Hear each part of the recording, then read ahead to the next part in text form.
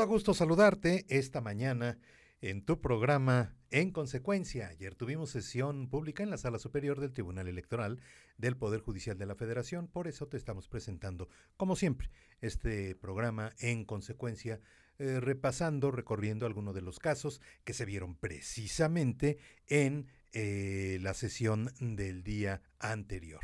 Y hoy el tema es el Consejo General del INE y no una comisión quien debe decidir la pérdida de registro de un partido político nacional. Y para hablarnos acerca de este asunto, de este tema, se encuentra con nosotros esta mañana y le damos las gracias, como siempre, al maestro Arturo Espinosa Silis, secretario de Estudio y Cuenta en el Tribunal Electoral del Poder Judicial de la Federación, en la ponencia del magistrado Salvador Nava Gomar. Arturo, muchas gracias, buenos días. Buenos días, Carlos, muchas gracias por la invitación. Fíjate que parece que los temas como que se están repitiendo, pero han llegado bastantes asuntos acerca de lo mismo, creo yo, a reserva de tu mejor opinión, ¿no? Acerca de Partido del Trabajo, Partido Humanista, que si se pierde, que si no se pierde, que el registro, en fin. Bueno, desde luego han llegado varios asuntos y seguirán llegando, ¿no? Yo creo que primero de entrada hay que ver que los asuntos de pérdida de registro de un partido político son asuntos muy complejos y muy especiales, porque de entrada son asuntos que no se presentan todos los días, ¿no? Entonces son bastante extraños. El último que tuvimos a nivel nacional fue en 2009 el Partido Socialdemócrata, cuando perdió el registro en las elecciones intermedias. Entonces, y además la creación de partidos políticos es cada 6 años. Entonces, esto hace que sea un tema poco recurrente en la sala. Los partidos políticos a nivel nacional podrían perder el registro cada 3 años. Pero bueno, varios de ellos ya están asentados y ya saben que tienen un porcentaje de votación un poco mayor, entonces son asuntos extraños. Y son complicados porque además de que implica muchas etapas, muchas fases, primero el proceso de prevención, la declaración de pérdida de registro, el proceso de liquidación, y eso implica muchas actuaciones de la autoridad electoral, las cuales, desde luego, pues es lógico que el partido que está declarado o que está dentro de la posibilidad de perder el registro va a tratar de hacer todo lo posible, uno, por conservar el registro, y dos, porque este proceso de liquidación les afecte lo menos posible. Y en especial el caso del Partido del Trabajo, que se quedó a digamos que ahora sí, a un pequeño pasito, muy pequeño pasito de poder obtener el registro, pues con mayor razón va a hacer todo lo posible. Además, en particular, en este caso, todavía es más especial el proceso, porque si bien hubo una elección ordinaria en la que se llevó a cabo elección para diputados federales en 300 distritos, una de ellas se anuló.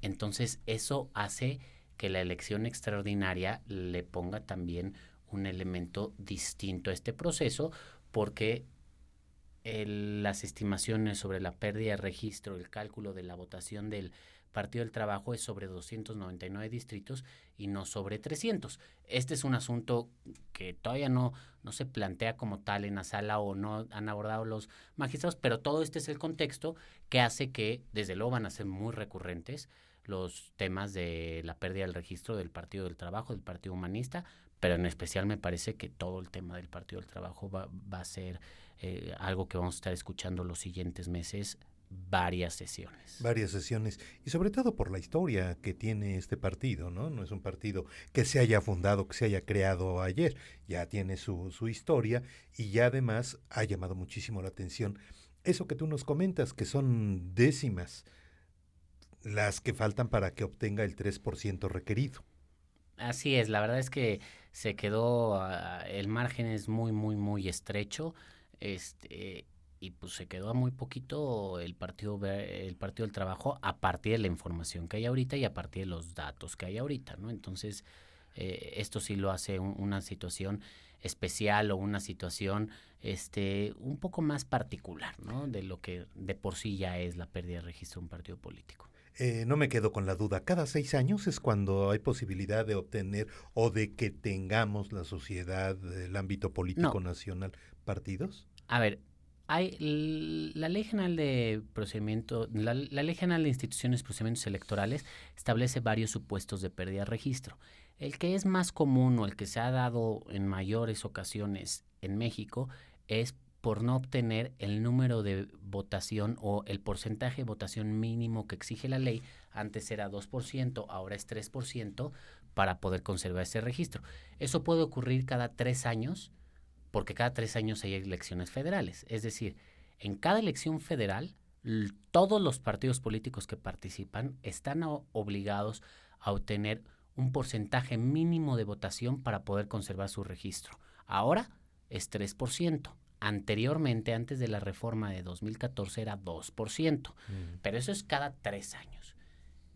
Y cada 6 años es cuando se pueden registrar los partidos políticos. Esto pues sí es un lapso bastante amplio, porque apenas en 2014 hubo registro de nuevos partidos políticos. Ahora tendremos que esperar algunos años más para que vuelva a haber esta posibilidad de que los partidos políticos obtengan su registro. En el caso de así está marcado, SUB-RAP, recurso de apelación 697/2015 y sus acumulados. Arturo, a ti te tocó ser proyectista, tengo entendido, de estos asuntos dentro de la ponencia del magistrado Salvador Nava. ¿Qué es lo que argumentan? ¿Ante quién argumentan? ¿Por qué se quejan? ¿Por qué se duelen los impugnantes? Sí, mira, Carlos, estos son asuntos que se radicaron en diferentes ponencias. Todos se acumularon al del magistrado Nava. Aquí, ¿cuál era el tema? El Partido del Trabajo, a través de su representación ante el Consejo General del Instituto Nacional Electoral y de las representaciones ante diversos institutos electorales locales en diferentes entidades, planteaba que las reglas generales emitidas por la Comisión de Fiscalización para regular una parte del proceso de liquidación de los partidos que no hubieran obtenido el porcentaje mínimo de votación para conservar el registro, este primer dato es importante, no era un acuerdo particular para el Partido del Trabajo, era un acuerdo para todos aquellos partidos políticos a nivel federal o a nivel local que se colocaran en el supuesto de no haber obtenido el porcentaje mínimo de votación para conservar el registro. Entonces era un acuerdo que aplicaba a todos aquellos partidos que se colocaran en ese supuesto y regulaba el proceso de liquidación en cuanto a las competencias para llevar a cabo el proceso de liquidación, el destino de los bienes y la manera en la que se iban a entregar los recursos durante el proceso de liquidación. Estos 3 temas principales eran los que regulaban. Y a partir de estos 3... Los acordados, Arturo. Exacto, los acordados. Para todos. Para todos los partidos no iba políticos, dirigido a nadie. Exacto. La Comisión de Fiscalización del INE. Del INE, que es integrada por consejeros electorales, acuerda estas reglas generales que establecen, te digo, temas de competencia, temas de destino de los bienes objeto de la liquidación y temas de entrega de recursos públicos a los partidos políticos que estén en este supuesto durante el proceso de liquidación. Y lo que viene alegando el Partido del Trabajo es, en primer lugar, que la Comisión de Fiscalización carece de competencia para establecer estas reglas generales. Y a partir de ahí, algunos otros agravios particulares respecto a la manera en la que regularon estas temáticas en estas reglas generales. Eso es en esencia la materia de la impugnación, digámoslo así. En esa comisión participan partidos. Sí, desde luego participan Entonces, partidos. También ellos están de acuerdo con las reglas puestas al principio de todo el proceso. No sabemos si están de acuerdo o no, porque ellos no las votan. Quienes votan las reglas son los consejeros electorales que integran esta comisión. Entonces, este es el punto, ¿no? El tema. Ellos aprueban ciertas reglas y el Partido del Trabajo se inconforma, tanto en su representación nacional como en las representaciones locales, de la emisión de estas reglas. Muy bien. Pero de que había reglas para empezar el proceso, las había al respecto. Sí, estas son las reglas que se establecieron en un inicio. En un inicio. ¿Cómo es que llegan? Entonces, porque son bastantes asuntos, decías, varias ponencias estaban pues teniendo o a varias ponencias les llegaron estos asuntos. Son aproximadamente 10. Sí. Pero todas se acumularon con el magistrado Nava. Exacto, todas se acumulan. Bueno, pues tanto te digo, la representación del Partido del Trabajo ante el Consejo General del INE, como la representación del Partido del Trabajo ante los consejos generales de los institutos electorales locales en diferentes entidades, entre ellas Querétaro, Tlaxcala, Sinaloa, Nuevo León, el Estado de México, impugnan estas reglas que emite la comisión porque consideran que les causa un perjuicio, ¿no? Y lo primero de ellos las impugnan porque consideran que la Comisión de Fiscalización, como ya lo mencioné, no tiene competencia para emitir estas reglas, que ellos no tienen la facultad de regular o reglamentar el proceso de liquidación a este nivel. Esa es la esencia y esa es la materia de la impugnación. Exacto. A partir de ahí se comienzan a estudiar los agravios y el primer agravio que se estudia justamente es el relativo a la competencia, es decir, determinar si el órgano que está emitiendo el acto que se impugna tiene facultades para emitir ese acto o carece de esas facultades. Y los magistrados consideran, a partir de una interpretación de diferentes artículos de la Ley General de Instituciones y Procedimientos Electorales, que la Comisión de Fiscalización carece de competencia.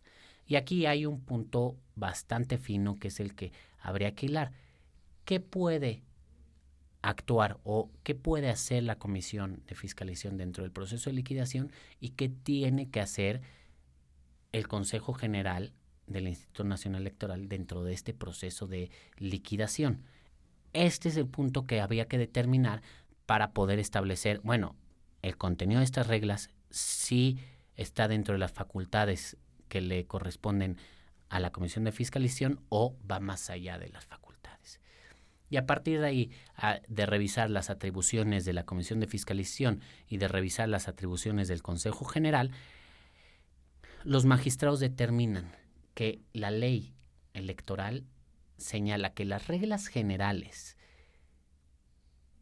y los acuerdos que rigen el proceso de liquidación en aquello que no esté previsto en la ley, las debe de emitir el Consejo General como órgano superior del Instituto Nacional Electoral. Y únicamente los parámetros que permitan implementar o aplicar esas reglas son los que puede establecer la Comisión de Fiscalización. Digamos que aquí establecimos dos jerarquías normativas para estos efectos.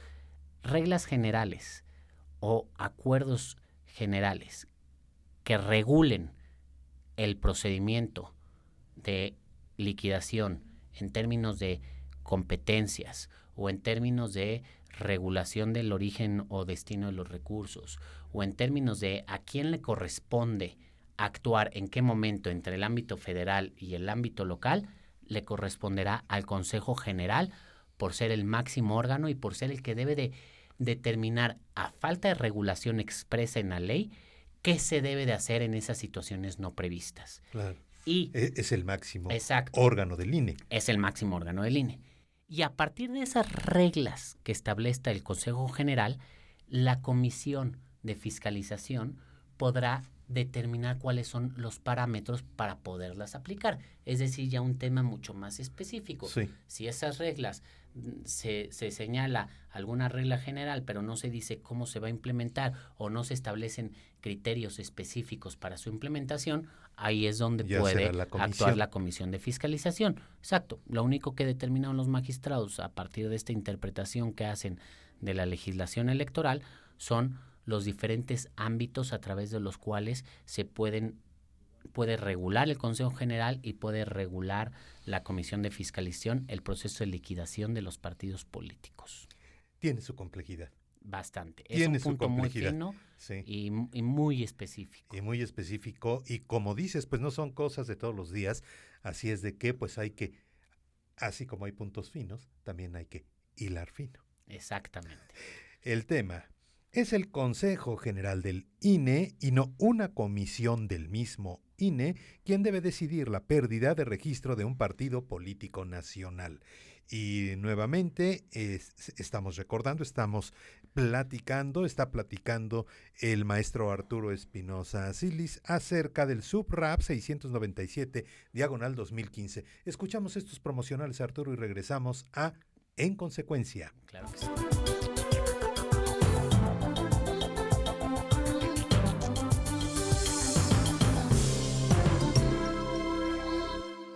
La democracia es cuestión de todos los días y de todos los ciudadanos, de grandes y pequeñas decisiones. En el Tribunal Electoral trabajamos para que tu voz sea respetada. Resolvemos a favor de la igualdad política entre mujeres y hombres. Defendemos las decisiones que toman con autonomía los pueblos y comunidades indígenas. Nuestras sentencias garantizan el respeto a tus derechos político-electorales, consolidan nuestra democracia. Tribunal Electoral del Poder Judicial de la Federación. Tú tomas la decisión. Nosotros la protegemos. Este año, elegiremos diputados federales y autoridades en 17 entidades federativas. Las y los mexicanos podemos tener la certeza de que contamos con instituciones fuertes. Muestra de ello es el reconocimiento que recibió el Tribunal Electoral como la mejor institución electoral del año, entre órganos de todo el mundo. Lo que ratifica nuestro trabajo de cara al proceso electoral 2015. Tribunal Electoral del Poder Judicial de la Federación. Tú tomas la decisión, nosotros la protegemos.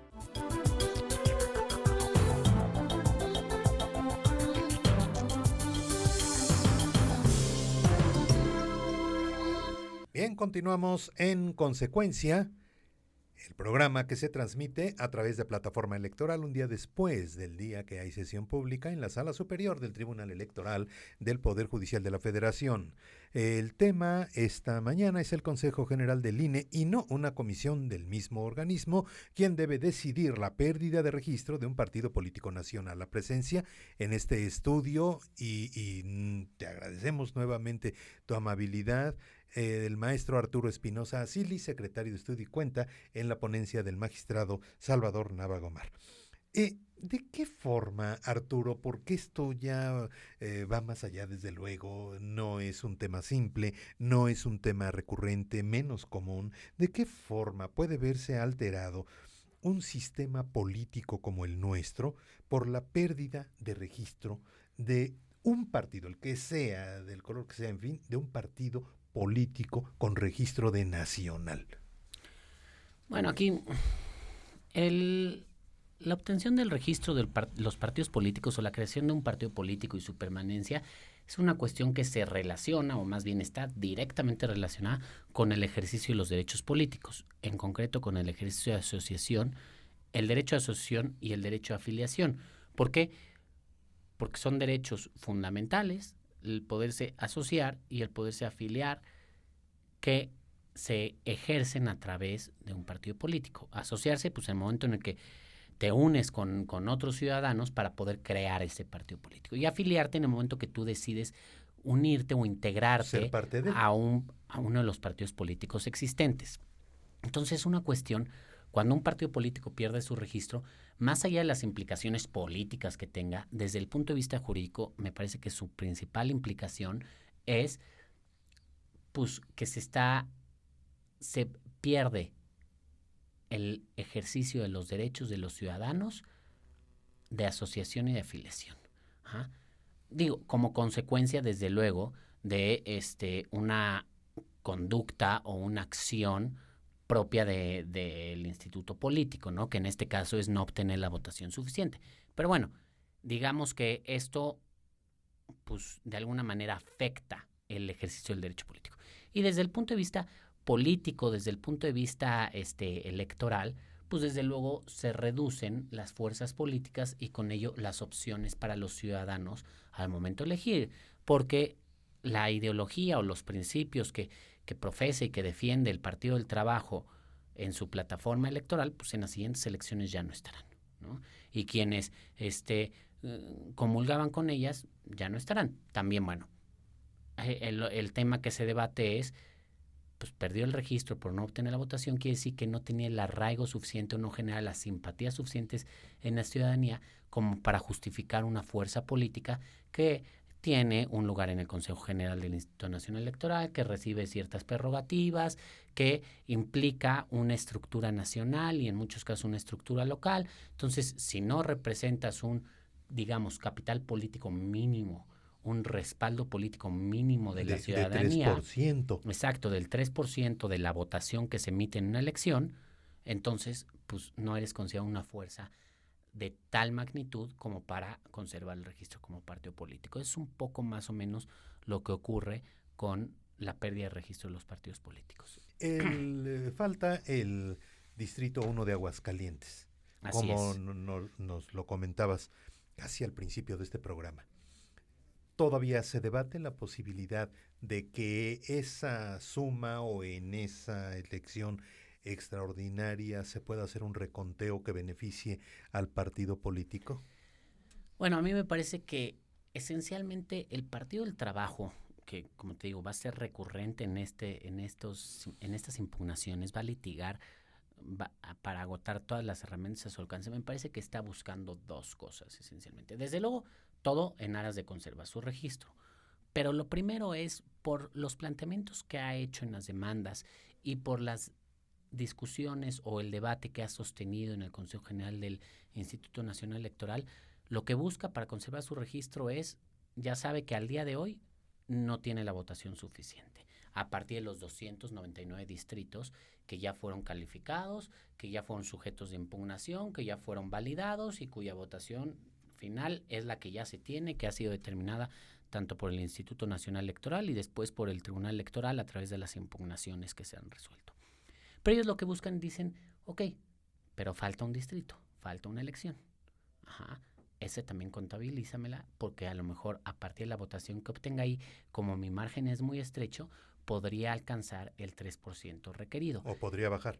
O podría bajar, pero a lo mejor podría alcanzarlo. Ellos lo que pretenden es alcanzarlo sí, a partir de esa ¿verdad? elección. La esperanza muere al último, así es. Y aquí el debate es eso, ¿no? La pérdida de registro se declara respecto de elecciones ordinarias o de elecciones extraordinarias. El tema es, me parece que más allá de la simple pérdida de registro, tú para la elección ordinaria estableces, una vez que se concluyen todos los resultados, la asignación de representación proporcional que se refleja en la Cámara. Y todos aquellos partidos políticos que tengan más del 3% de la votación tienen derecho al menos a una diputación de representación proporcional. Un tema ahí es si el Partido del Trabajo, a partir de la elección extraordinaria, obtiene su registro o logra conservar su registro, tendría derecho a diputados por el principio de representación proporcional. Eso obligaría a modificar la asignación que el día de hoy ya se ha hecho. Entonces puede tener efectos retroactivos, regresar y modificar el orden de la Cámara. Cuando la Cámara ya va a llevar un tiempo, la elección extraordinaria se va a llevar en diciembre. No me acuerdo si es el 30 de noviembre o el 6 de diciembre, por ahí, alguna fecha por ahí. Entonces, ya que la Cámara tiene prácticamente 4 meses de haberse instalado y de estar en funciones, se puede modificar. Me parece que hay varios temas ahí. También hay quien la interpretación que da es la pérdida del registro es únicamente respecto a elecciones ordinarias. La elección extraordinaria es eso, una elección excepcional. Excepcional. Una elección fuera que de se lo común. repite, exacto, porque ocurrió una situación que ameritó que una elección tuviera lugar, se tuviera que repetir, se tuviera que volver a hacer. Entonces, eso no debe de contabilizar. Ese es uno de los temas que sin duda va a estar a debate en los próximos días. Ya se ha planteado ante el Consejo General, ya se ha planteado aquí en la Sala Superior en algunas impugnaciones. Todavía no se ha resuelto sobre el tema porque todavía no se llega a ese punto. Justamente la semana pasada, recordaremos, los magistrados decidieron revocar la declaración realizada por la Junta General Ejecutiva del INE respecto a la pérdida de registro del Partido del Trabajo para efectos de que fuera el Consejo General del INE quien se pronunciara. Y en esa impugnación venía un planteamiento en este sentido. Los magistrados no se pronunciaron sobre ella porque consideraron, como en el caso que estamos analizando ahorita, que había un tema de competencia, que en atención a la situación que estaba ocurriendo sobre la pérdida del registro y este tema de la elección ordinaria y extraordinaria, era el Consejo General quien se veía pronunciar. Vamos a ver cuando se pronuncia el Consejo General qué resuelve, y después, si vienen impugnando, qué resuelve el Tribunal Electoral. Y el otro tema, Carlos, que me parece que también está buscando el Partido del Trabajo, porque además la Ley General de Partidos Políticos se lo permite, es, bueno, de lo perdido lo encontrado, ¿no? O lo recuperado. Si ya me declararon que perdí el registro, o si me van a declarar que perdí el registro porque el día de hoy los números no dan en cuanto a la votación, habrá que esperar, como te digo, a la resolución del Consejo General. Hay que ser cautelosos, pero en ese supuesto, él lo que busca es, en los estados en los que la legislación se lo permita, convertirse en partido político local. Obtener el registro como partido político local. También por eso viene, y esos planteamientos se advierten en impugnaciones que se han resuelto también en esta sala superior. No hemos llegado hasta allá porque otros agravios que han sido preferentes en su estudio se han declarado fundados, y es lo que han generado las revocaciones, como estos temas de competencia. Pero el Partido del Trabajo también pues busca, está haciendo su luchita muy válida, y me parece que con sustento jurídico en muchos casos, para poder conservar su registro. Al menos a nivel local. ¿No? O sea, sí pueden contender localmente, sí pueden contender. Pues eso es lo que está por verse, ¿no?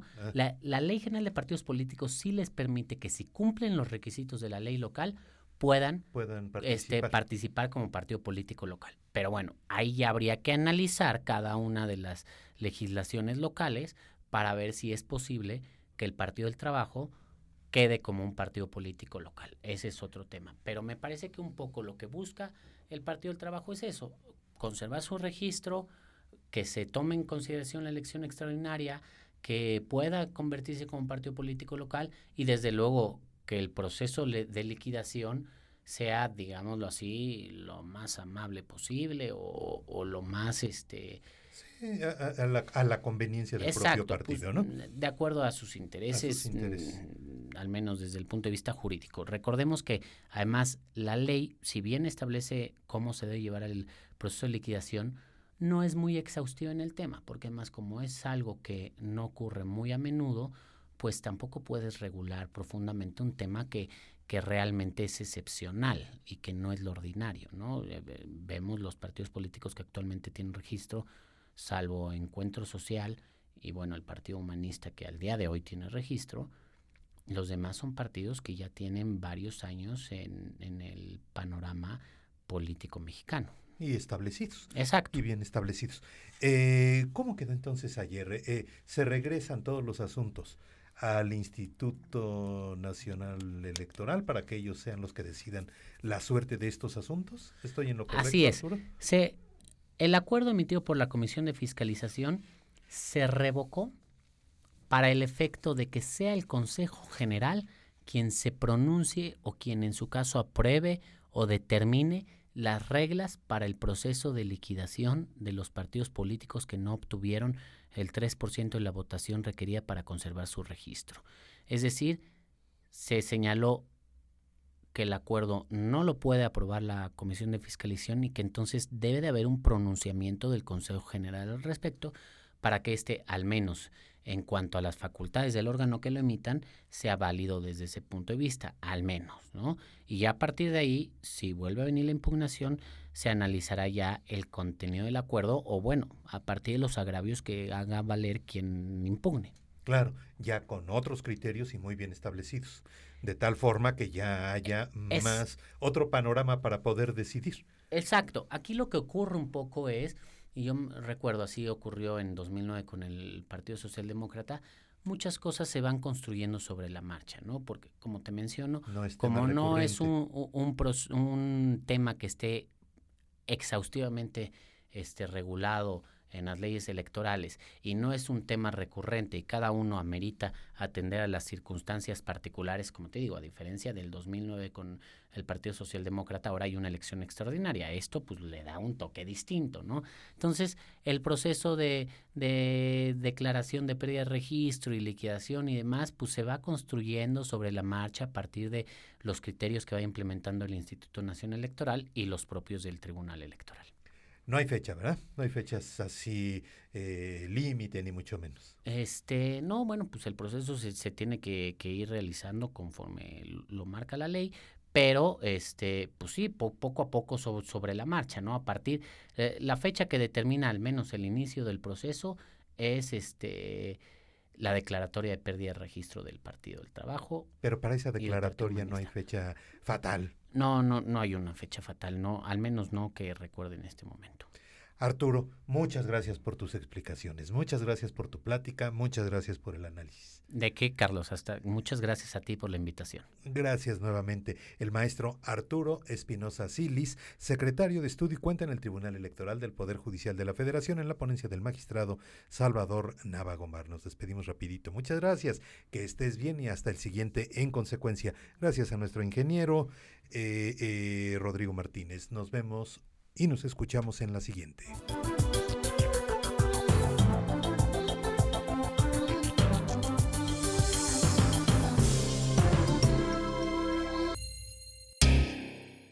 Para garantizar el acceso a la justicia de quienes integran pueblos y comunidades indígenas, el Tribunal Electoral ha determinado flexibilizar las reglas para la admisión y valoración de pruebas en los juicios que involucren a dichas comunidades. De ese modo, se privilegia el acceso a la justicia, haciendo efectiva la protección de sus derechos humanos. Tribunal Electoral del Poder Judicial de la Federación. Tú tomas la decisión, nosotros la protegemos. En el Tribunal Electoral protegemos los derechos político-electorales de las y los mexicanos. En los últimos 3 años atendimos más de 60,000 asuntos, 8 de cada 10 interpuestos por ciudadanos, y en este año resueltos en apenas 11 días. Trabajamos por la igualdad entre mujeres y hombres y por la autonomía de los pueblos y comunidades indígenas. Somos referencia para tribunales locales y extranjeros. Tribunal Electoral del Poder Judicial de la Federación.